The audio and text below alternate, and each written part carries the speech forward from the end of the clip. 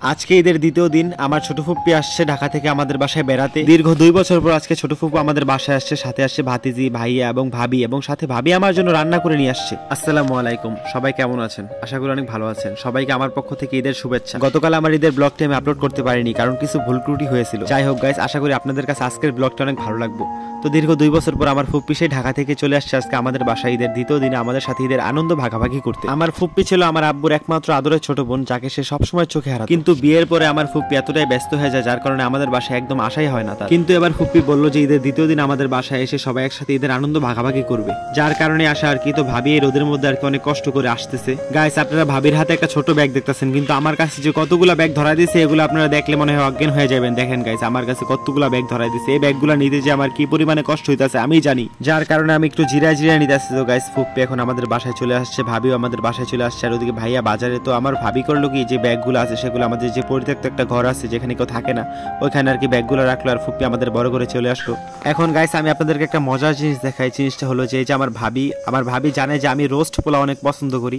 Actually biryani, তারপর খিচুড়ি, বউয়া, এগুলো আমার ছোটবেলা থেকে পছন্দ না। আমার পছন্দ হলো রোস্ট আর পোলাও, পুরো সিম্পল একটা খাবার, আর সাথে যদি একটু চাটনি হয় তাহলে তো কথাই নেই। এই জন্য রোস্ট পোলাও, তারপর ঘি দিয়ে তৈরি সেমাই নিয়ে আসছে আমার জন্য। সেমাইটাও আমার অনেক পছন্দ। তো ভাবি যেহেতু নিয়ে আসছে এত দূর থেকে, সে আমার জন্য রান্না করে, তো আমি এই জন্য আর কি তড়িঘড়ি করে একটা প্লেট নিয়ে আসলাম, কারণ আমি আর সময় নষ্ট করতে চাই না। রোস্ট আর পোলাও আমাকে ডাকতেছে যে জুবাইর আমাকে খেয়ে দাও, আমাকে খেয়ে দাও, তুমি কখন খাবা আমাকে? আমি তো বলতেছি যে এখনই খাবো, এখনই, এই যে হয়ে গেছে। তো আমি একটা প্লেটের মধ্যে রোস্ট আর পোলাও নিয়ে নিলাম, যেহেতু গাইস সালাদ না হলে আর কি এটা আমার কাছে অত একটা মজা লাগে না। যাই হোক গাইস, সালাদ দরকার নেই, আমি এখন এগুলাই খাই। ভাবির হাতে রোস্টটা না জাস্ট আমার কাছে ওয়াও লাগে, কারণ ভাবি না রোস্টের মধ্যে পুরো পারফেক্ট মিক্সিং দেয়, যা দরকার তার থেকে মনে হয় বেশি দেয়। গাইস, এদিকে আমি খাইতেছি, আর ওদিকে আমার চাচ্চু আমারে বলতেছে চাচ্চু আমি তরমুজ খামো, চাচ্চু আমি তরমুজ খামো। এই জন্য আর কি চাচ্চুর জন্য একটু তরমুজ কিনে নিয়ে আসলাম।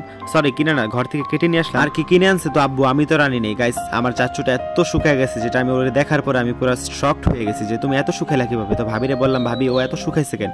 কয় দীর্ঘদিন যাবত ওর অনেক জ্বর ছিল, ঠান্ডা ছিল, এই জন্য আর কি অনেক শুকায় গেছে, কোনো কিছু ঠিক মতো খায়। সামান্য একটু তরমুজ খায় আমার বলতেছে চাচ্চু আমি আর খাবো না, তুমি খেয়ে ফেলো। এতে আমি বুঝলাম যে আমার চাচ্চুর মুখে আসলে কতটুকু রুচি আছে। ওই যে ওইদিকে আমার ভাইয়া, ফুফাতো ভাই আমাকে বলতেছে যে মাথাটা তুই ধরতে পারবে? আমি বলছি হ্যাঁ। তো আমি ধরতে নিয়েছি গাইস, আমি ধরতে পারি নাই। এখন ভাই আমরা বলতেছে তুই জীবনও পারতি না। আমি ভাই আপনি পারবেন, তাহলে আপনি ধরেন তো দেখি। তো গাইস, এই জন্য আমি জোরে ফিক্কা মারলাম। এখন দেখি ভাইয়া সত্যি সত্যি ধরে ফেলে। এবার আমি ভাইয়ারে বলতেছি ভাই এবার আপনি এটা জোরে ফিক্কা মারেন, আমি এবার এটা ধরবো। তো ভাইয়া ফিক্কা মারছে গাইস, এবার আমি ধরে ফেলছি। একবার না পারলে দেখো শতবার, কিন্তু আমি 2 বারের জায়গায় সফল। তো গাইস, এখন চাচ্চুদের আমি একটু নিয়ে আসছি যে আমাদের পাশে যে সবুজ ঘাসপালা আছে, বাগান আছে, এটাকে বাগান না, এটাকে ঘাসপালা বলে আর কি, ছোট্ট কোলাতে, ওইখানে ওদেরকে নিয়ে আসছি, কারণ এখানে একটু ওরা ঘোরাঘুরি করলে ওদেরকে একটু ভালো লাগবে, কারণ সারাদিন থাকে বাসায় 4 দেওয়ালের মধ্যে বন্দি। গাইস, সকাল থেকে আম্মু অনেক কাজে ব্যস্ত, তো ফুপ্পি, ভাবি, আম্মু তারা মিলে একসাথে রান্না বান্না করতেছে। তো আমি চাইলে ওগুলো ভিডিও করতে পারতাম, যদি আমি এখন এগুলো ভিডিও করতে যাই আম্মু আর কি ওই যে রান্না করার খুচুন আছে না, ওগুলো গরম করে আমার গালের মধ্যে একটা শেক লাগাই দেবো, যদি এখন আমি মোবাইলটা নিয়ে ভিডিও করতে চাই। তো গাইস, সবাই ভালো থাকবেন। আজকের ভিডিওটা ছিল এ পর্যন্তই। আল্লাহ হাফেজ, টাটা।